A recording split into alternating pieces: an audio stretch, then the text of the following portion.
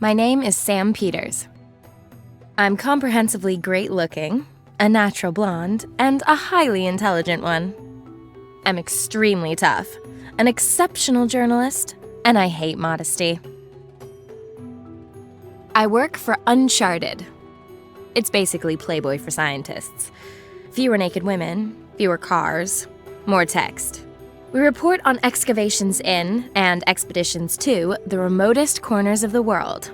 The pay is, to be exact, pretty miserable. But you get adventure on tap, and that's the best bonus you could ask for. Although sometimes they're hairy, even for my taste. My latest trip took me to Indonesia, where local archaeologists had discovered an ancient temple complex in the jungle. Team members were disappearing one after another without trace. Turns out, it was terrorists. They kidnapped me. Then my old friend Max showed up and got me out of there. And here we are. He's off trying to get a whiff of the gang's plans. I'm supposed to inform the Indonesian authorities. Oh, and a volcano has now erupted and half of the island is in flames. I have no idea where Max is now, and I'm not going looking for him in this inferno. Anyway, it's supposed to be the man who goes through flames for the woman, and not the other way around. My task is clear. I have to escape from this island and bring help from the mainland.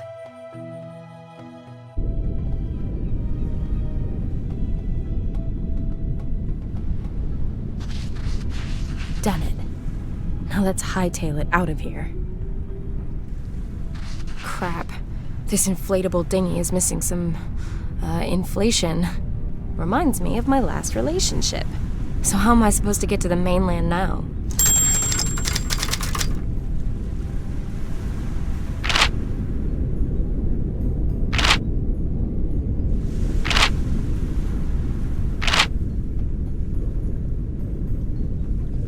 Doesn't show any sign of stopping. I hope Max is all right. Max is in trouble. I need to get to the mainland and find help.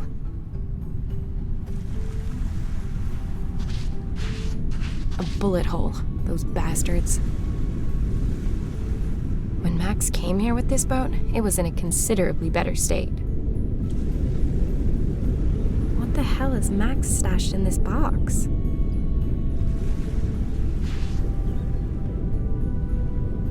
Locked. Maybe I can get it open some other way. My goodness. Max and his weakness for fancy locking mechanisms.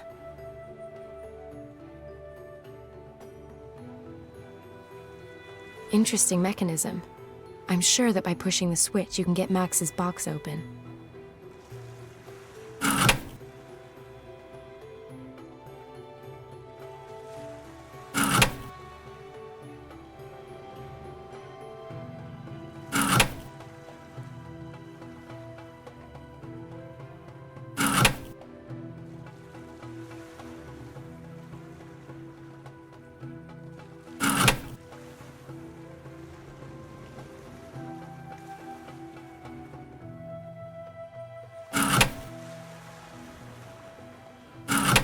Hope all the trouble's been worth it. Boots and socks. A satellite phone would have been nice.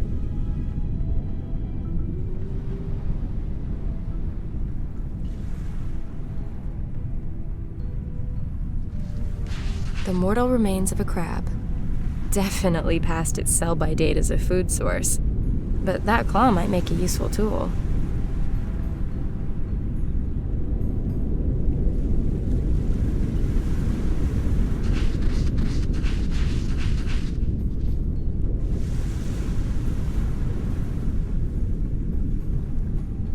There's a note inside the bottle. Unfortunately, I can't open the top.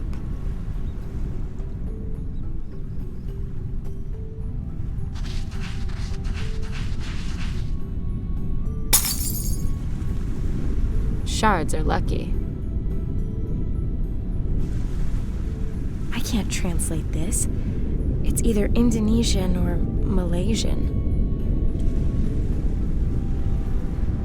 They're too big for me anyway. I'll cut a piece of rubber out.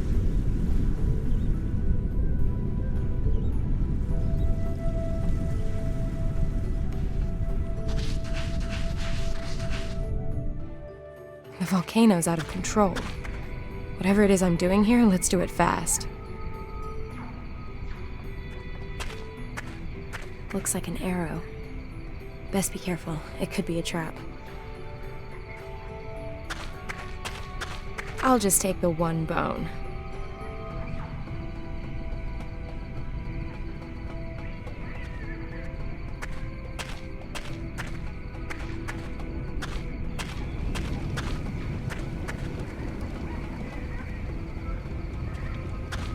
The heat's so intense, this bush has caught fire. Quite beautiful, also rather scary. I'll jam the piece of rubber between the claws.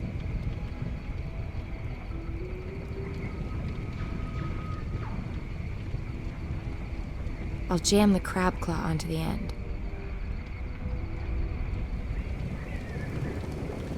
Like roasting marshmallows. You have to know when enough's enough. Melted enough?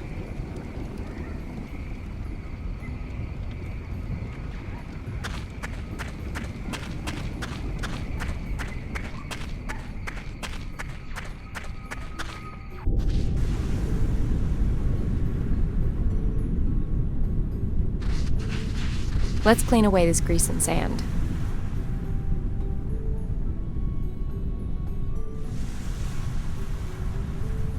Perfect. A stripped-down air pump.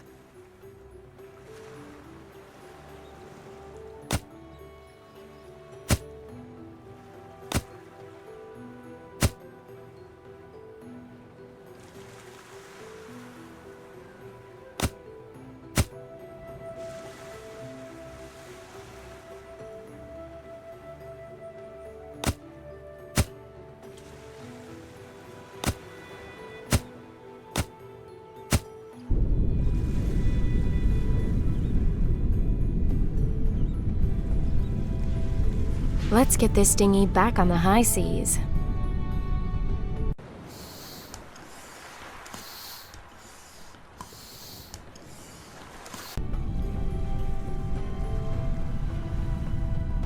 Now I can get out of here at last. I haven't phoned in for days. My editor will be going loopy.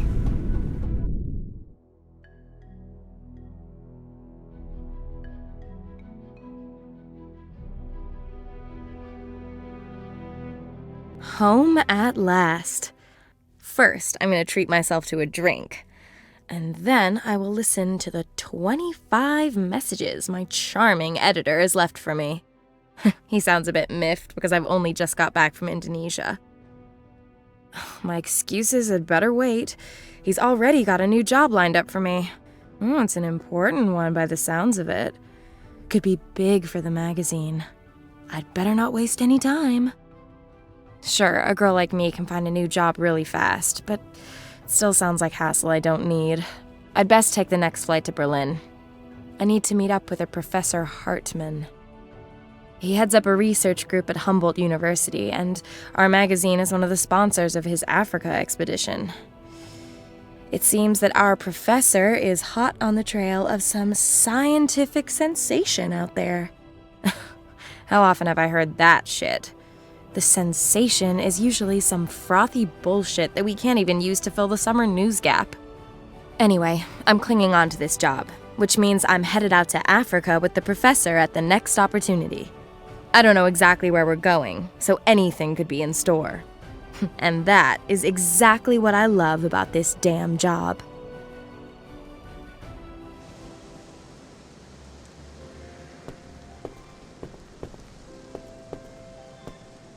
The Biological Institute. This is where I'm supposed to meet Professor Hartman. The gate's locked.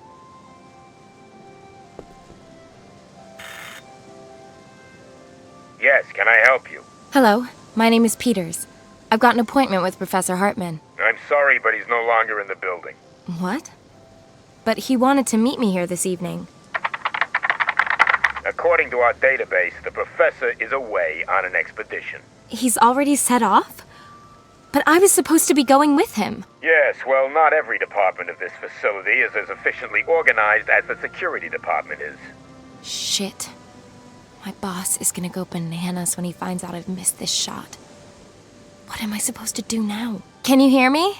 Yes, Do you know exactly when the professor jilted me? just a second. It looks like it was this morning. Do you know where the professor was headed? No, but you could ask his secretary. Great. Where is she? Frau Mueller has already left for the weekend. She'll be back Monday morning. Have you got her home number? We do. But I couldn't possibly give out private staff details to members of the public. Be patient and come back Monday. Patience is definitely not an option. No professor, no story. I need to find him as fast as I can. If I only knew where he was headed. Now I'm really in a jam. Could you perhaps pop along to Professor Hartman's office and see if he's left a note for me? If he had left you a note, then it would be here at reception, I'm sure. Does Professor Hartman have a cell number by any chance? Doesn't look like it. We only have his office number here. Could you perhaps imagine letting me into his office for just a mo? If you'd like to know precisely, no, not in my wildest dreams. But I wish you a refreshing, stress-free weekend. Same to you. With bells on. Looks like I'm gonna have to help myself. No gate stopped me before. I need to get into the professor's office to find out where he's gone. If I mess up this assignment, then that's my job out the window. Now let's see what's in it.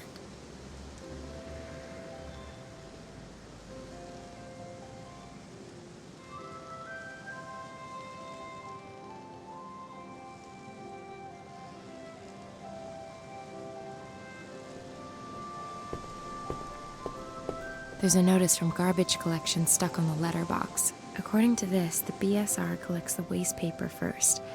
Then another truck comes for the bio-waste. The bulky stuff goes tomorrow.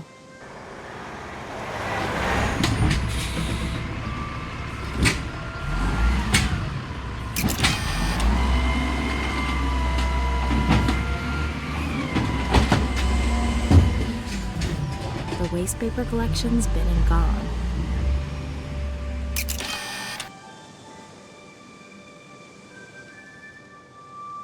The Humboldt University Biological Institute. Bio-waste. Certainly the right color. Wow, that stinks. The waste paper's empty.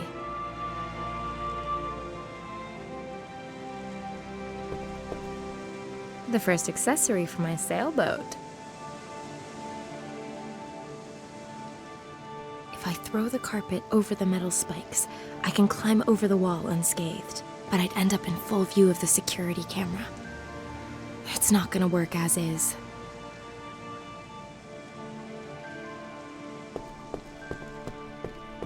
The curbstone is full of chalk marks. Kids? No idea if this is relevant at all. Well, okay, but just this once. Where's it supposed to go? Sounds like a good plan.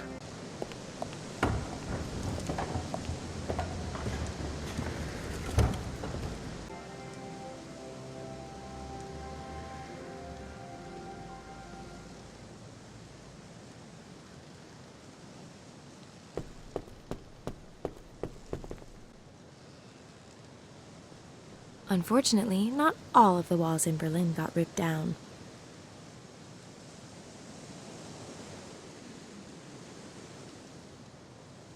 The camera is directed at the entrance. It's only moved once, and that was when the garbage truck drove up, but only so far.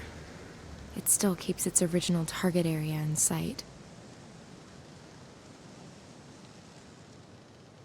Damn it. Looks like it's home time already. The Biological Institute. This is where I'm supposed to be meeting Hartman. Bio-waste. Certainly the right color.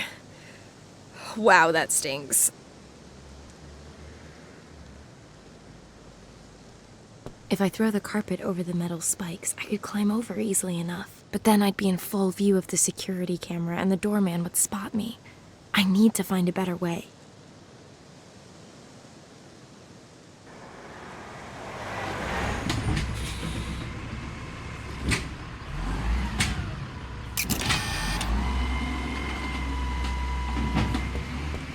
Now or never.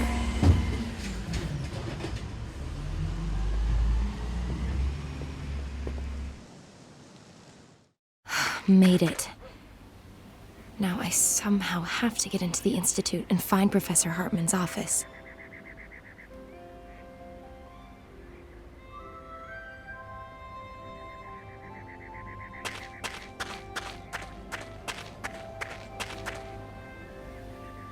That's what comes from leaving your tools lying around.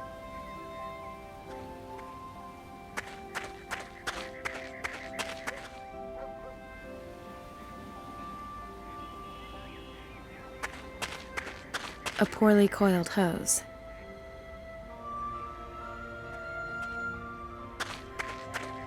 The window on the upper floor is open. The perfect entry assistance.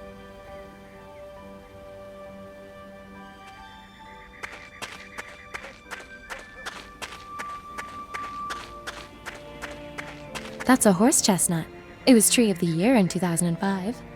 How do I know that? It says so on the little sign.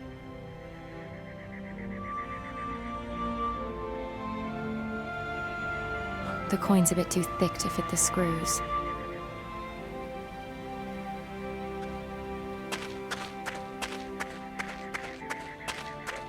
Whoever said size doesn't matter was covering something up.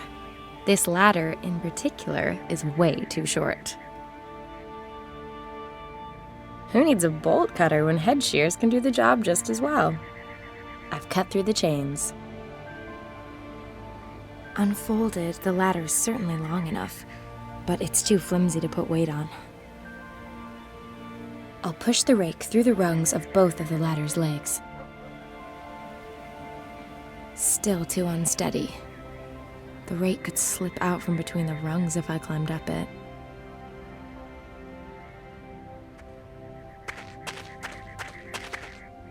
Freedom for garden hoses. I'll tie the rake to the garden hose so that the whole thing becomes a bit more steady.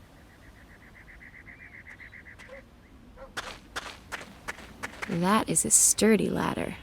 Well done, Sam. Climbing through windows. A real cat burglar me. And look, the coast is clear.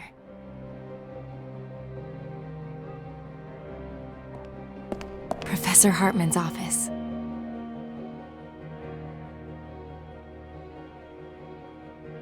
This old trick might actually work.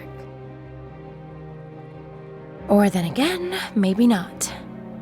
The idea's right, but the plastic money didn't take the strain.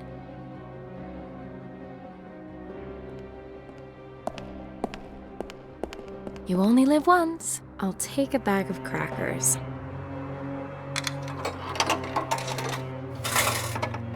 My snack? And 1 cent change.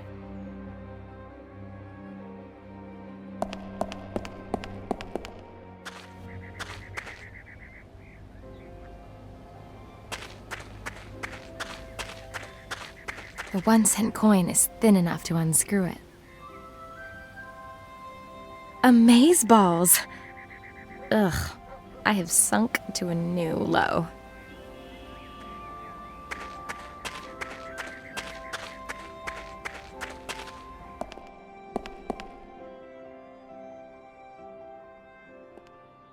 That'll work. I'll bet my sailboat on it. Phew. Okay, Sam.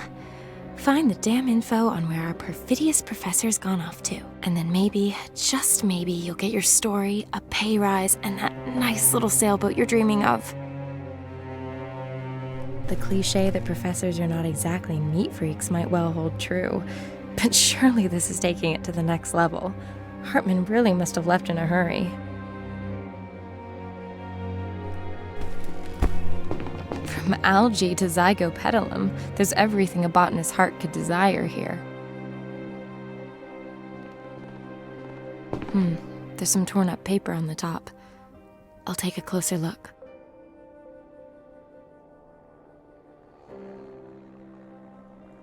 A ripped up fax. Now let's see if I can put this back together.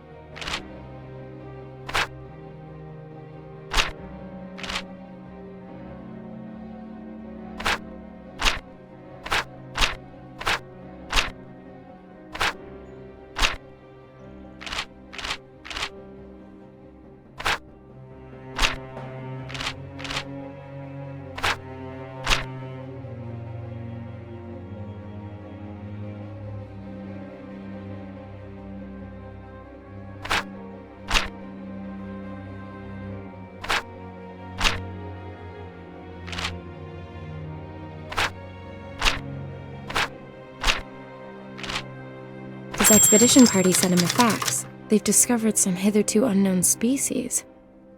Great, but where, for heaven's sake? Unfortunately, there's only a code here. GHN 7531. But maybe that'll help me further.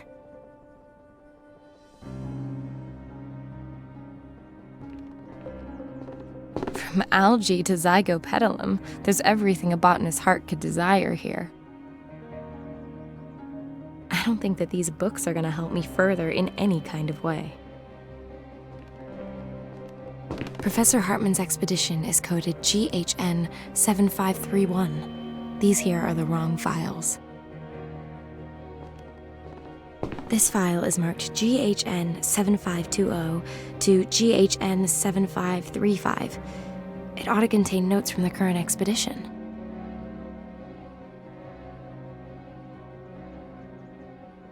Bingo. GHN 7531. The expedition has gone to Ghana, to Lake Basomtwi. So what the hell are they looking for there? Lake Basomtwi lies in the meteorite crater in Ghana's Ashanti region. It's 8 kilometers in diameter, about 80 meters deep, and doesn't have an outflow. The ecosystem and the lake are endemic, meaning there are lots of plant and animal varieties that are unique to that location. The priority is investigating the effects on the ecosystem of a massive meteorite strike. What's that on the fax? The expedition has discovered some previously unknown organism. If the story's big enough to pull the professor away with such short notice, perhaps it's big enough to buy me a boat. Let's hit the trail for Ghana and Lake Basomtwi.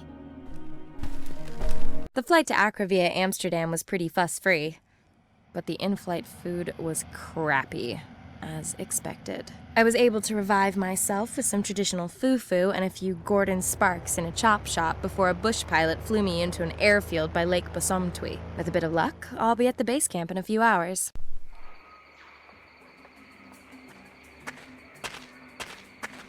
Looks like everyone upped and left in the night. Strange. I've got goosebumps all of a sudden, despite the heat. I'm getting something of a horrible feeling here. I'd better get a move on so I can reach the Lake Basomtwi camp before nightfall.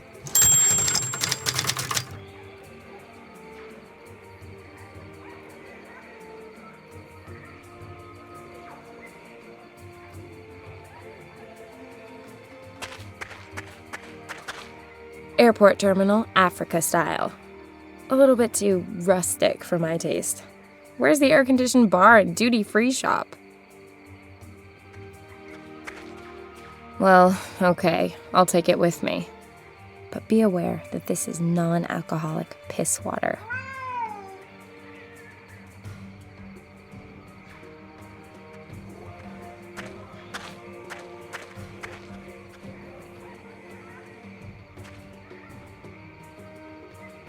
Come, gather round, and have the piss taken out of you by a crazy lady with a megaphone. Ooh, I like it.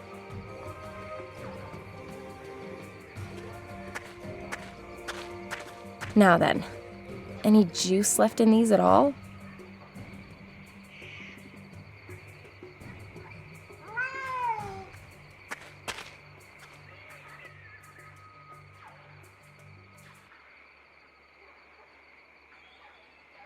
Yarr! Sorry.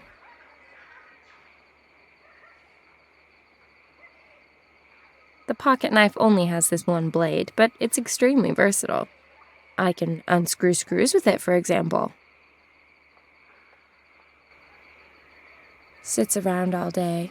Probably shows up for food and fondling. Men. Airport terminal, Africa style. A little bit too rustic for my taste. Where's the air-conditioned bar and duty-free shop? Crates of provisions. Well, I'm not gonna starve to death here, that's for sure.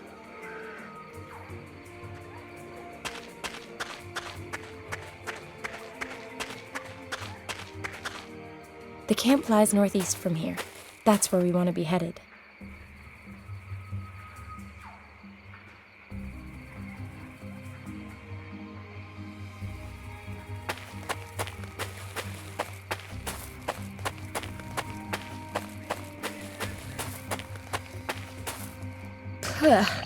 Where's that perverse stink coming from? Oh, right. Pumbaa. They may be cute in cartoon form, but in the real world, those warthog tusks should not be underestimated.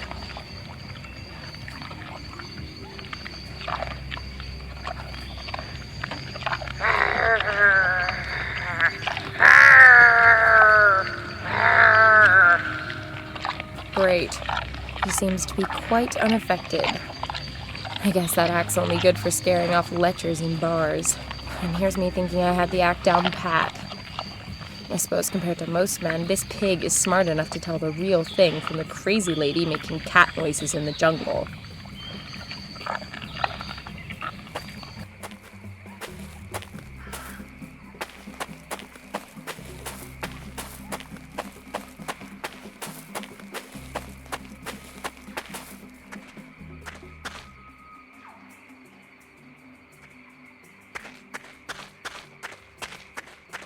Hello, Mr. Kitty. How about an interview? Thank you for the profound discussion.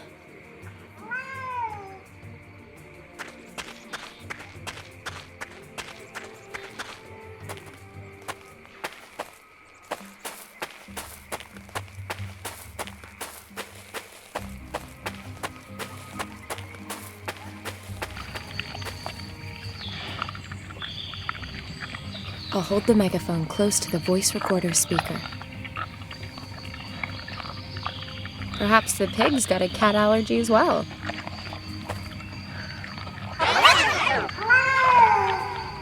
Pity.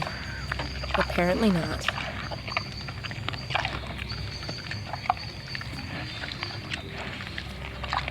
Now I'll put the used batteries into the voice recorder. Perhaps the pig's got a cat allergy as well.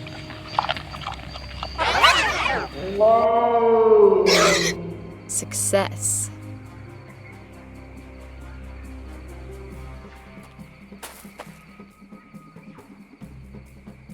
Straight and long. Could be useful. Ants. I must have scared him up.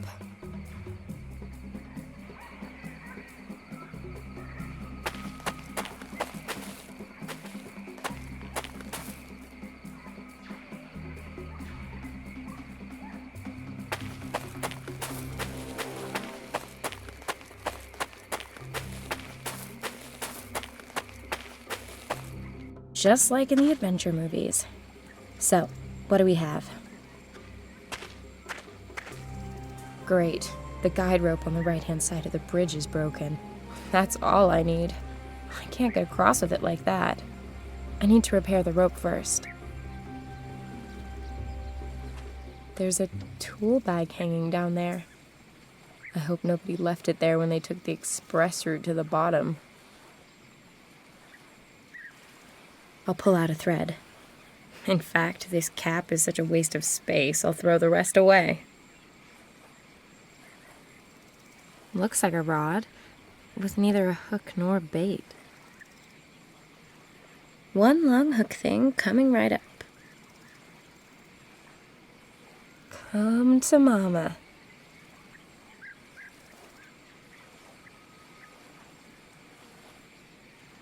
Well, what have we got here then?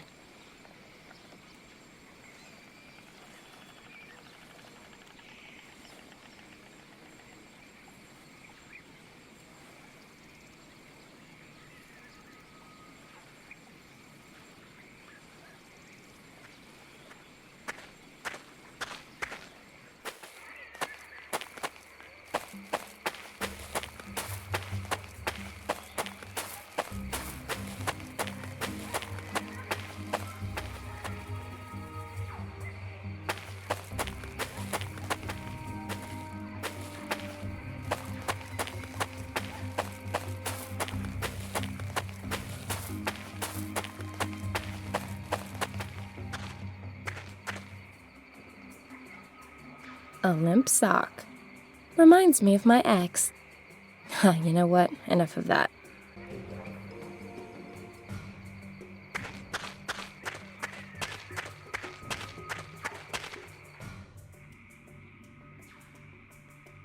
The wrench fits. Now, let's just hope the mast doesn't fall when I remove the connector. How about that? Rope connector gone, mast still standing. A woman needs a little luck sometimes.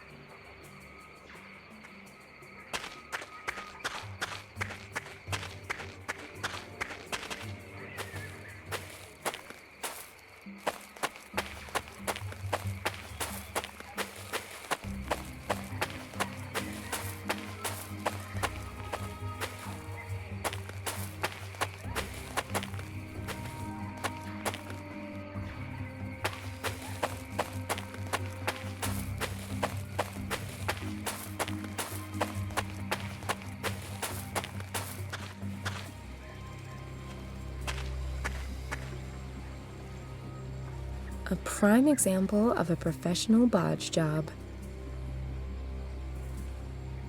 Let's see. This can't be all that difficult.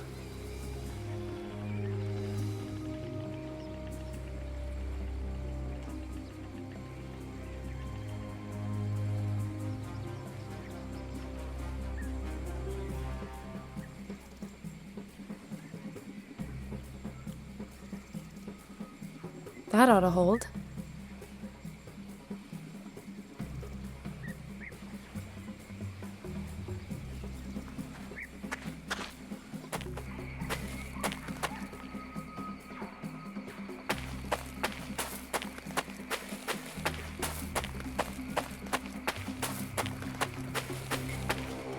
Whoa, what a mess. Who did this? Hello? Professor Hartman? Strange. No one here. What the hell happened? I had to take a look around.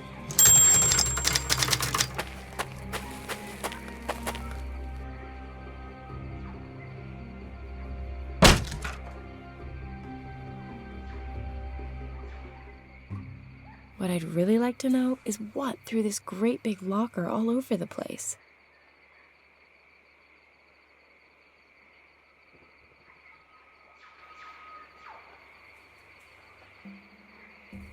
Interesting storage method. That's how you keep your grub away from the hungry fauna. This winch holds the crate hanging from the cable.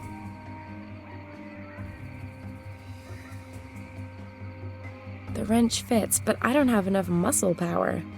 The winch isn't moving an inch. The wrench fits inside the pipe.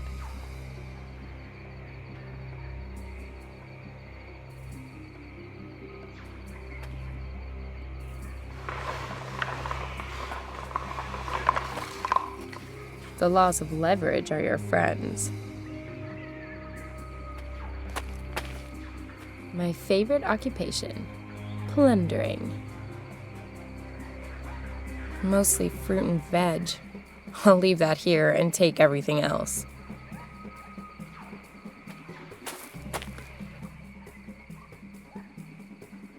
Aha! It fits.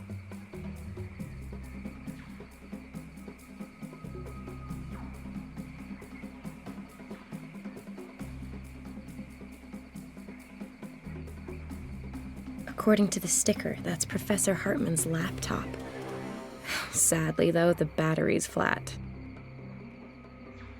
The professor received this letter from his wife on their wedding anniversary. Turns out married, middle-aged people have very little of interest to say to one another.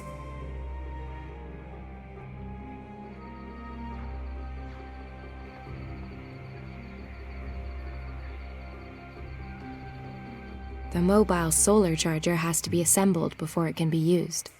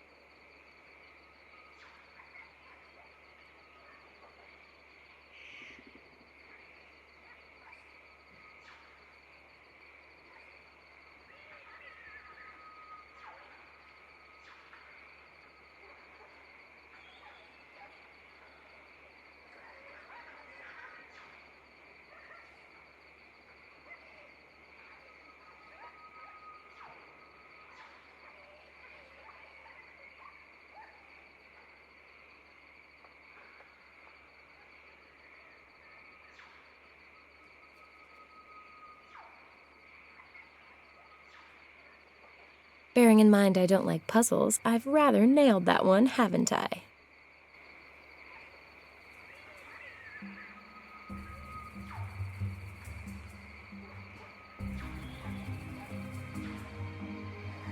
I'll connect the solar charger to the laptop.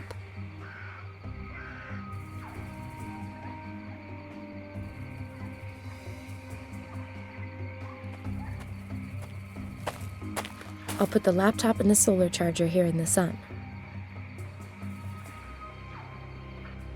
Ugh, the laptop's protected by a code.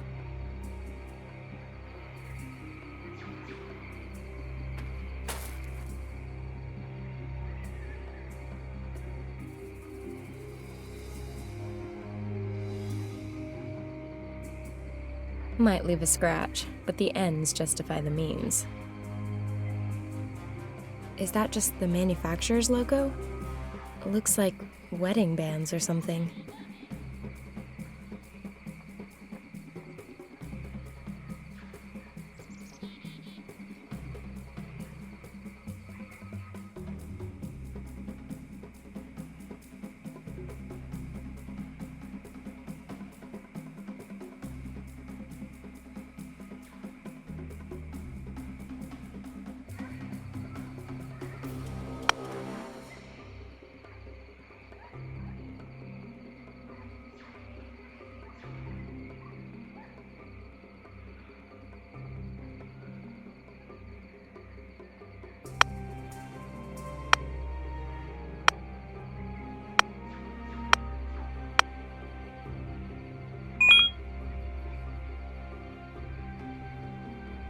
Looks like some kind of diary.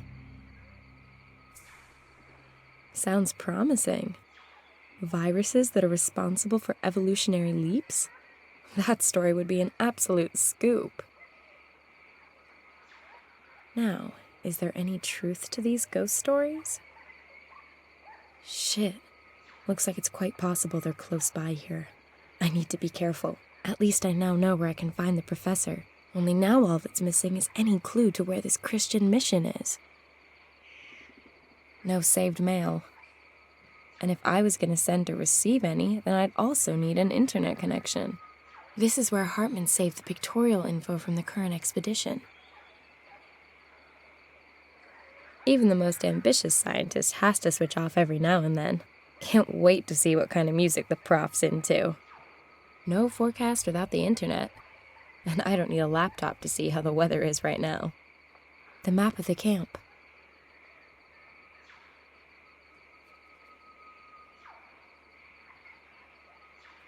A map of the region to the south of the Basumtwi. Aha!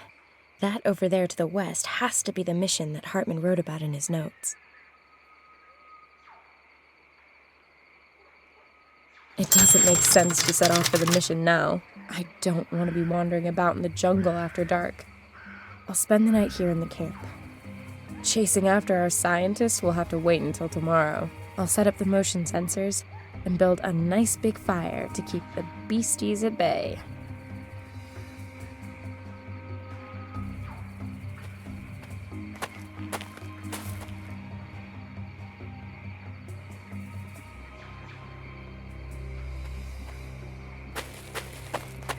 Now, I ought to make a fire. It'll keep me safe tonight, from the cold and whatever else is out there.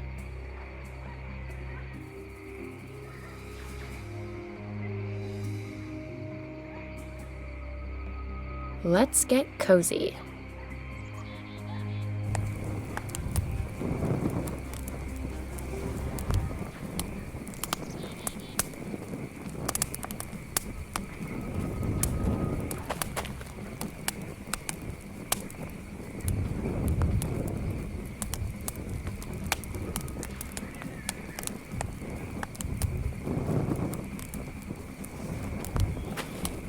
I'm thinking that the sensor belongs on top of the stand.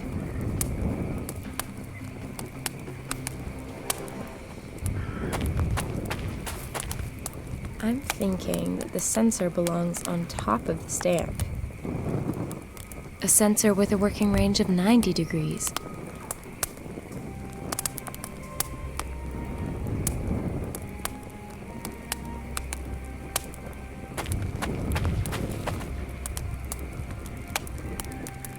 The working range of this sensor is 160 degrees.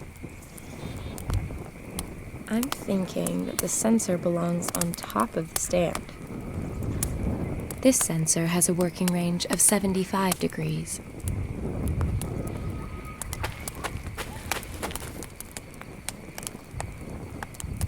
This sensor has a working range of 75 degrees. I'm thinking that the sensor belongs on top of the stand. This sensor has a working range of 120 degrees.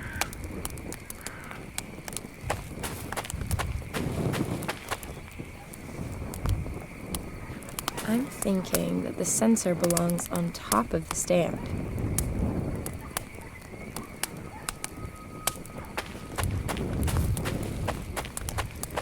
I'm thinking that the sensor belongs on top of the stand. Looks like the sensors are set up according to plan. There. All done. Now I'm gonna get some shut-eye. And in the morning, I'll head to the mission and track down this research team.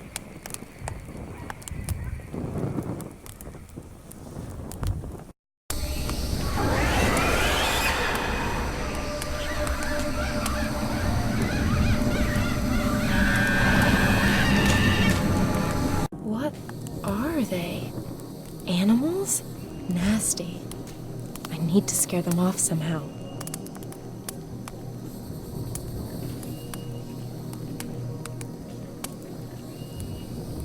Not exactly the best of the best, but it can take a usable picture, and the flash is top-notch. Maybe it'll give them a fright. They're gone. Hopefully they're gonna stay gone, too. It won't be too long now until sunrise.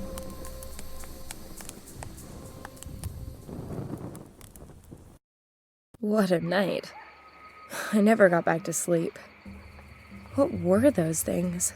Hey, maybe I caught them on camera. What the? In all the horror movies I've ever watched, I've never seen anything like this.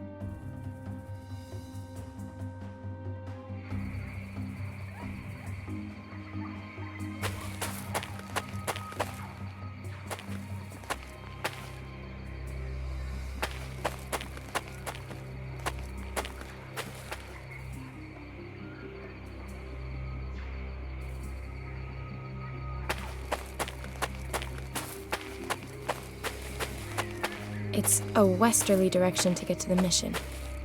Professor, I'm on my way.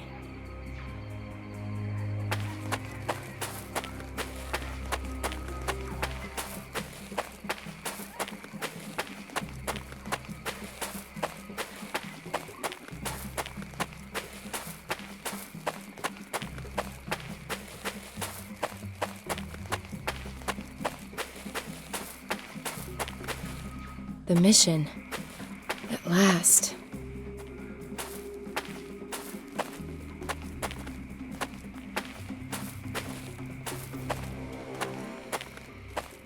Hello? Anyone home?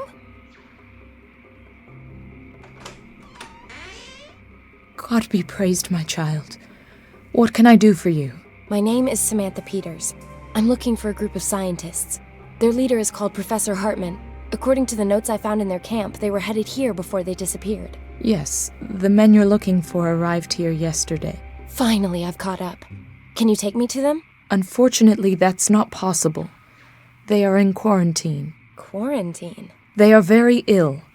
They have high fevers and are unresponsive.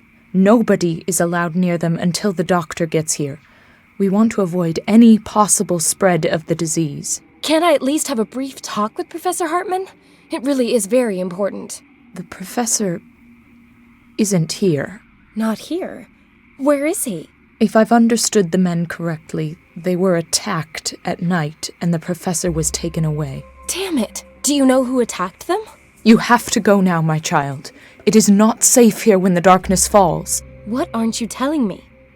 What is it that you're so afraid of? I'm not going anywhere until you tell me what's going on here. Child, I just want to protect you. If I let you in, you could become infected. And outside, you are not safe from the... Yes, not safe from what? In the scientist's notes, it says that one of them was attacked by some animal species he didn't recognize before he became ill. That was no animal. Well, what was it then?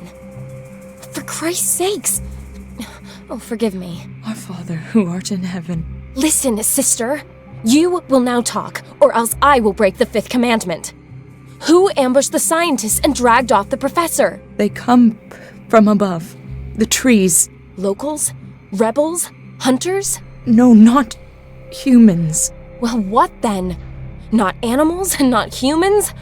Aliens, perhaps? The Asambosam. Asambosam? Never heard of him. Ancient Ashanti legends tell of strange nighttime beings that lurk in wait for their victims among the boughs of the trees. They pluck unfortunate souls from the ground using their long, sharp claws and then drag them off to their caves where they then suck the blood from their victims' bodies. So what does your boss have to say about your believing in such blasphemous scare stories? Scare stories? When you have lived among the Ashanti as long as I have, there's very little that appears unbelievable. Let's reel this conversation back in from the nether regions of God's asshole and stick to the facts. I shot this photo last night. This little freak was one of a whole group sitting in the trees above me. Might this be one of your Asambosam? Holy Maria, Mother of God, you can count your blessings that you are still alive, my child. So these freaks really have schlepped off the professor then? Suppose it's true. Where would the Asambosum take their victims? Into their caves. I got that bit. Where are they exactly? My child, you really don't want to go there. Yes, I do. There's one hell of a... Sorry. A real scoop of a story there for sure. And I just might be able to save the professor while I'm at it. That is, as long as these things haven't sucked him dry already. Then I really won't be able to stop you, my child. Wait here a moment. This will be a great help to you on your reckless undertaking. Take it. What is it? Some intense studies of the Asambosam and Ashanti legends. Thanks. May the Lord watch over you.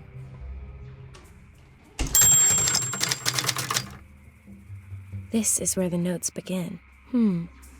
So there were already patients at the mission with the same symptoms as the scientists. So were these men under attack from the same creatures? Let's see. Here it is. The attackers came out of the trees and surrounded them. Interesting. There had also been similar cases in the past. The locals call the attackers the Asambosum. They're also supposed to be responsible for transmitting a virus. The old Ashanti shamans were able to control these mysterious beings and could protect themselves from the disease. The priest found himself in grave danger on his quest for the antidote. The Asambosum exist. Now it's gonna get interesting. Ugh, such a lot of text. The priest stumbled across one of these Asambosum and followed him to a cave. The translation of the inscriptions at the cave entrance brought something astonishing to light. It detailed a description of a ritual which could protect against catching the Asambosum disease, and which could also cure it. They carried out the ritual, and despite no ready explanations for how, it worked. These experiences really rocked Father Samuel's concept of the world. This is where it lists what you need for the ritual and how to carry it out. It's incredible. I suppose I have to accustom myself to the notion that the Asambosum may not be pure fiction. The priest's very convincing. Unfortunately, he took his knowledge of the route to the cave to the grave with him. At least I now know how I can protect myself from the Asambosum disease. When I find out where they're hiding, I still might be able to rescue the professor. Oh, a loose page has fallen out. It's blank.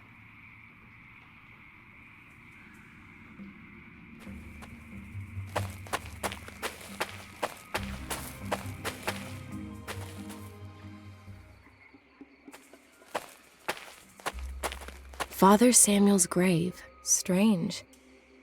No epitaph, no date of birth, no date when he died. Just the name. Oh, and 9 curious symbols chiseled into the stone. Looks like lines and trees. Great. That lets me transfer the symbols onto the paper. The pencils had it. But I've now got perfect copies of the 9 symbols on Father Samuel's gravestone.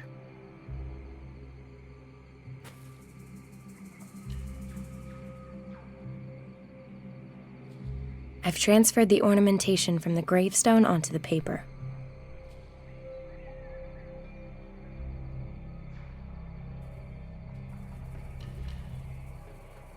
Okay, I'll carefully cut out the different symbols. I can't exactly say I'm crazy about puzzles.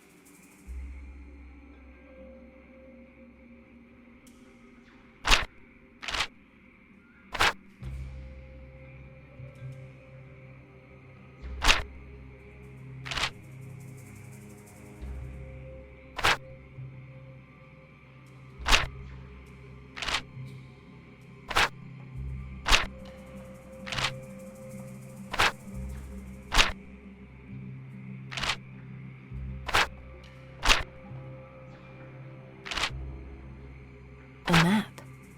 The route to the Asambosum's caves.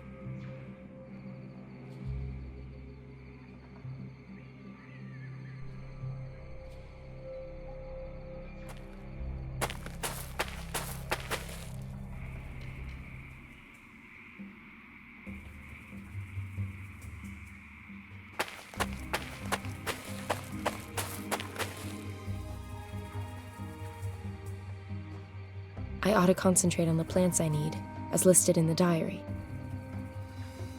Looks like the Goethe plant. I'll pluck myself a blossom from it. Star lily. Very pretty. One blossom for my hair, one for the ritual, and one to stamp under my feet as an expression of rebellion. A few stems of alyssum also need to go in the pot. That has to be rose herb. I need a stalk from it.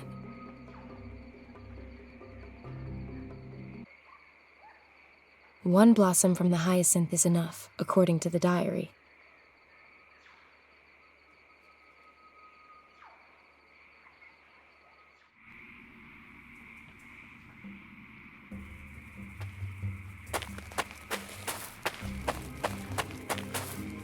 The Asambosum's caves must be near here. Hopefully the professor's doing all right.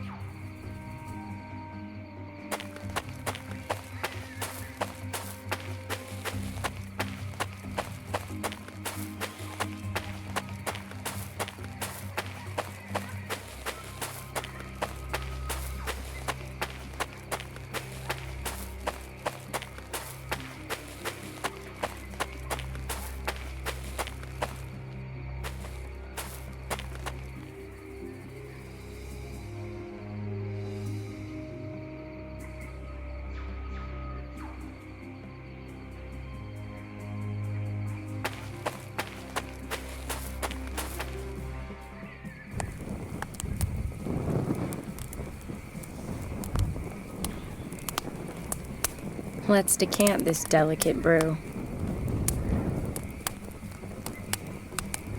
Home economics is for housewives.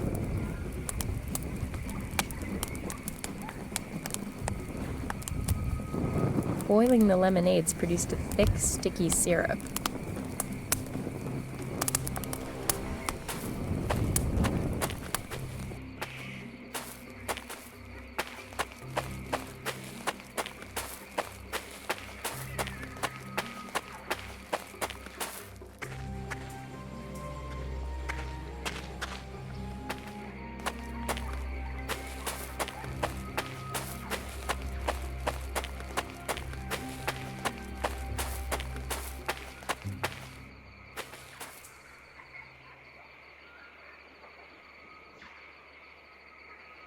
That should work.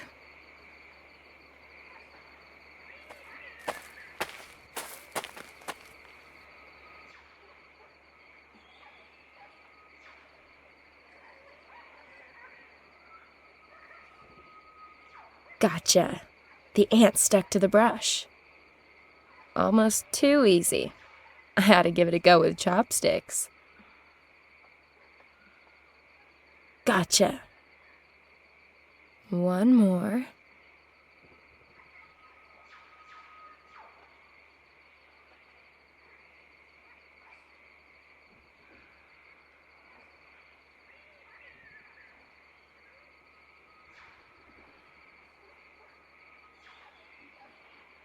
A respectable kill. Peters, the big small game hunter.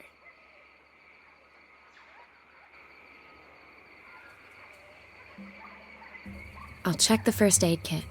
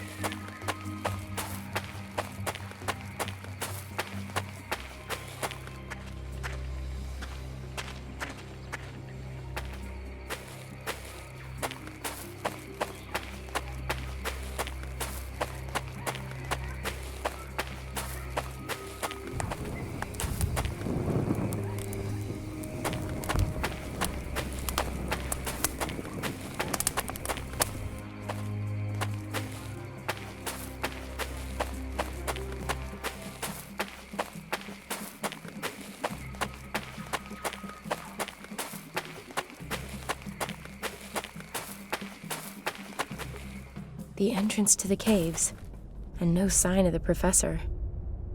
I'd better go in and take a look. After carrying out the written instructions for Father Samuel's protection ritual, of course. I have absolutely no inclination to go catching hideous jungle monster disease.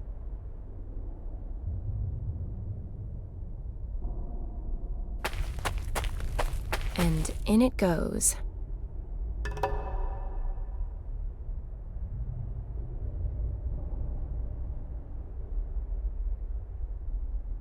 And in it goes.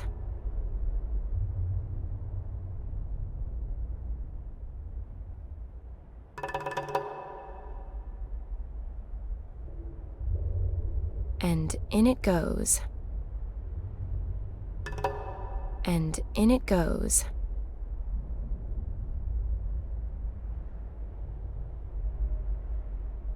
So, that ought to be all the ingredients. Let's see what happens. Ugh, the way that stinks, just the smoke could keep pretty much anything away from me.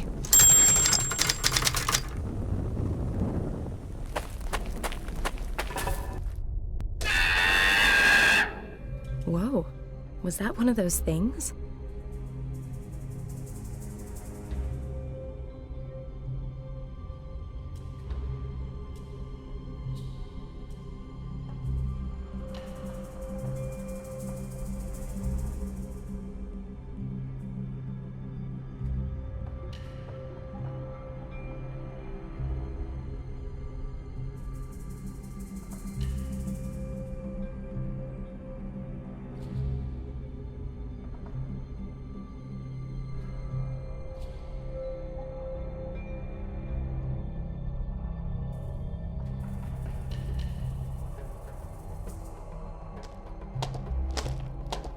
Even more passages. Really does seem to be more extensive than I first thought.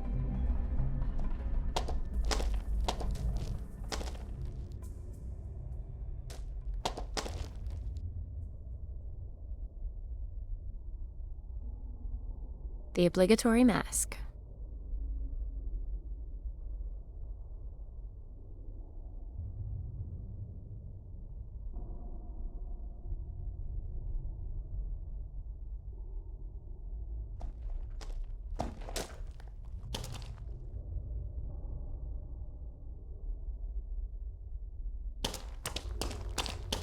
It's like some kind of graphic novel. The story begins with a man choosing children from a large group.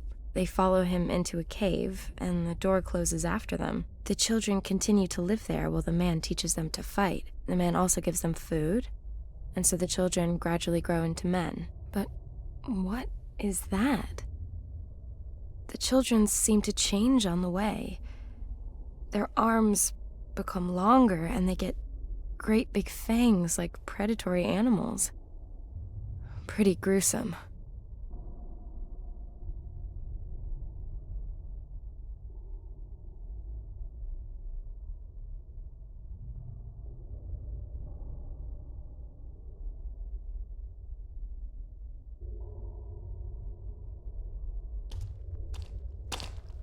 Let's fuel this lamp and see what happens.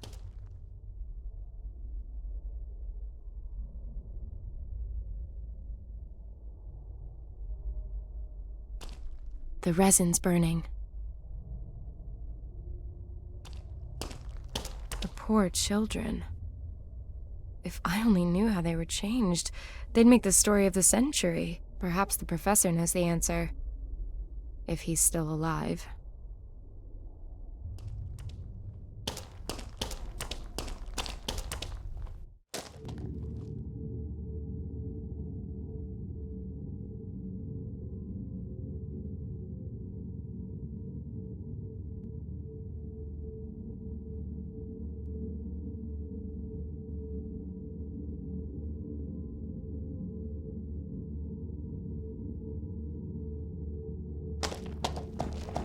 Poor children.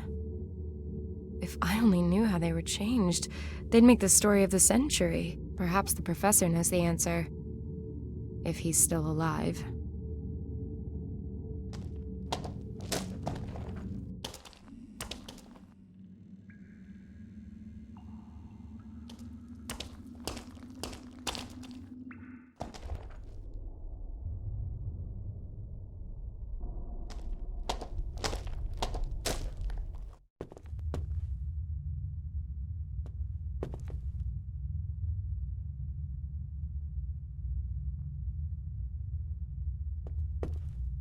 Let's fuel this lamp and see what happens.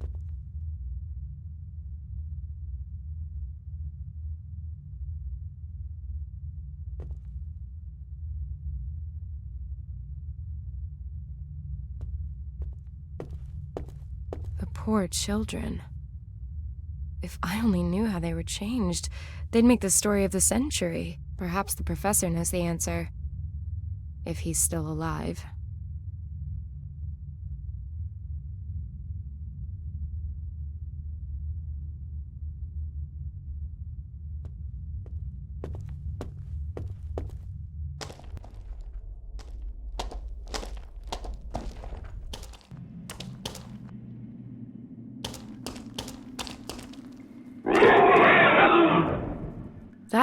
But was that an animal? Or a human? Or...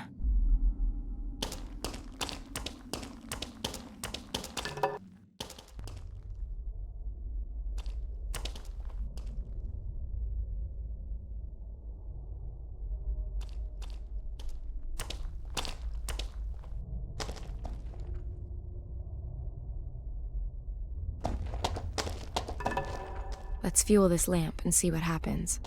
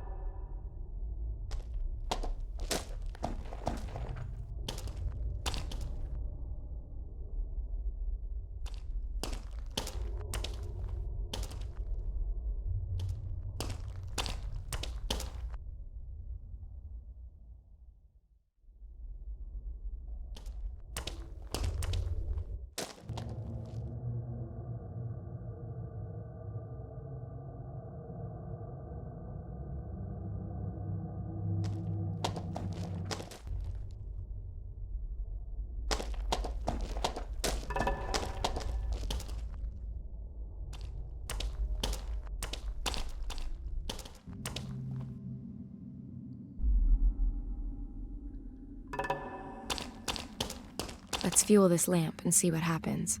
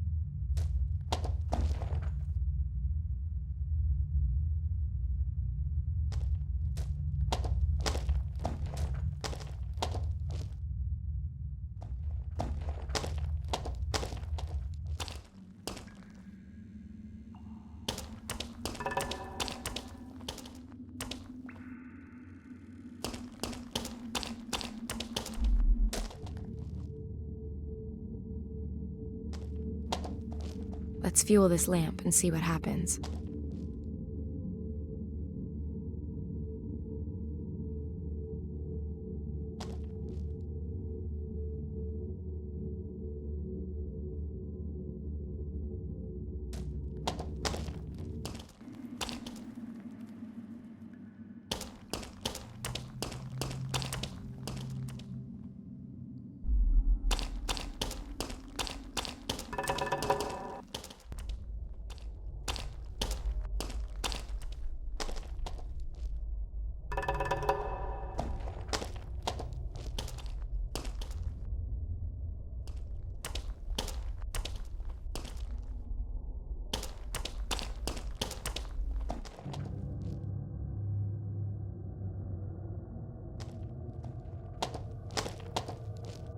This mechanism with the 5 stone wheels would appear to open the door in this room.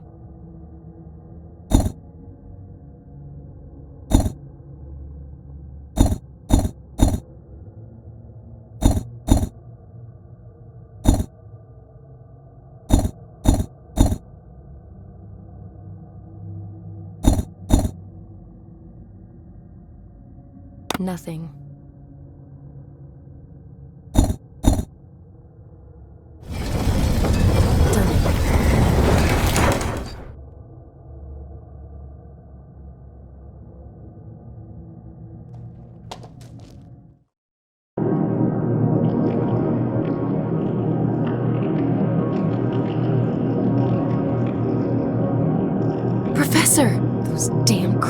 doors.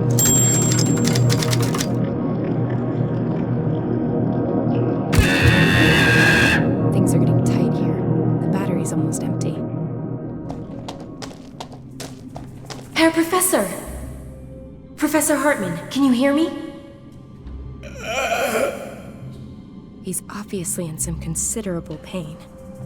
I'm not going to be able to move him until those wounds are patched up and he's feeling better.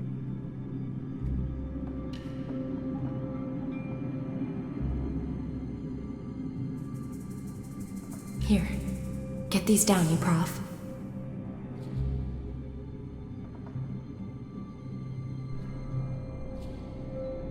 And that should keep the blood off my clothes, and, broadly speaking, inside him.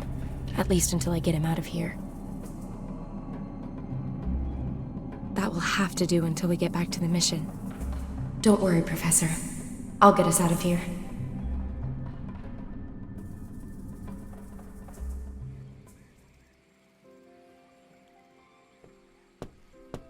Hey, Professor. You look considerably less shit than you did when I found you 2 days ago. Welcome back to the land of the living. Thank you for the expressive compliment. The sisters have looked after us quite devotedly. And of course, my deepest thanks to you for your getting me out of there, Miss... Peters. Sam Peters. Ah, and you are the journalist. Please forgive me for setting off without you. But the situation left me with no other choice. Forgiven and forgotten. If you give me the story as promised. Of course. So you have a few minutes for me then? Take a long look at me. Do I look like I've got anything else planned? I'm just not entirely sure that I'll be able to give you all of the answers. Let's find out. You want to know what the Ashanti are? Spill it, Prof. They are humans, I'm sure of that. Did you see the wall paintings in the caves? Yeah. The Ashanti were always a very secretive people with an extraordinary bond with nature. As with all native peoples, their living space also forms the basis for their existence. They naturally defend it with every means at their disposal. At some point, the Ashanti shaman must have realized that they would not be able to defend their lands indefinitely from outsiders. They therefore trained up some quite exceptional warriors. The ritual that's shown in the cave paintings. Correct. But those things don't appear to be human in any way. What happened? Well, it happens that there is a particular species of snail, which is incidentally the reason we were here at Lake Bosomtwi in the first place. Whose genome has changed through eating the algae brought here by the meteorite. Yes, exactly. The algae may have been carrying a virus, which, over a relatively short period of time, triggers a rapid genetic mutation in a species. There are supporting cases. On the Indonesian island of Flores, they found the fossilized remains of a very small but adult human who was a genetic successor to Homo erectus. All evidence suggests this subspecies of dwarves evolved in only a few generations as a result of their isolated environment and in response to the narrow, low-ceilinged cave systems of the region. An unbelievable evolutionary step. Relative to conventional evolution, this process really did take place at the speed of light. As with the Asambosam. Possibly. Perhaps, as with the snail and the algae, the virus is the explanatory factor across all these examples. How far does this go? Perhaps the shaman knew that the algae possessed some form of mutational capability and raised his warriors on it. The terrifying result you've witnessed firsthand. Then these warriors are designed with the sole purpose of keeping outsiders like us away. That is my interpretation, yes. And what about this disease they carry? That, alas, is one of the questions I cannot currently answer. The Assanbosum themselves appear to be immune to it. Perhaps it's a further defense mechanism. Do you think that they killed anyone? No, at least not directly. The evidence so far suggests they were designed to keep potential aggressors at bay, not to actively eliminate them. So what now? As snail research goes, Professor, this story is more sensational than most. That may well be the case. But The shaman and the Ashanti have only been acting in the best interests of their people and in perceived self-defense. and that justifies their turning children into monsters? We don't have to approve morally. But does morality apply in the case of survival? Doesn't every nation do reprehensible things every day in the name of survival? Clearly, we are not the first Westerners to come here, and I doubt the intentions of all such visitors are as benign as our own. In this special case, I have to ask myself, even as a scientist, is knowing the answers more important than doing the right thing? Answers are what we're paid for. Then I hope never to see the day that we run out of questions. Do what you think is right. So, I have to make a decision. Should I go ahead and publish the story?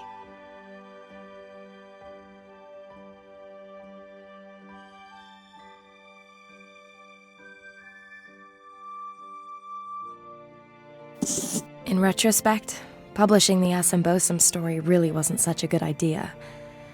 At least, not for the Asambosum themselves.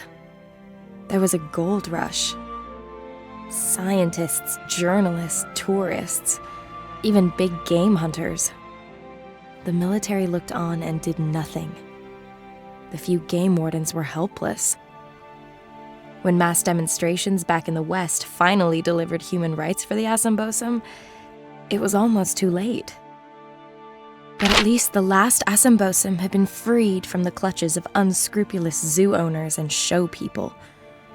They've been moved to rehabilitation stations, where they're being prepared for their return to their original habitat.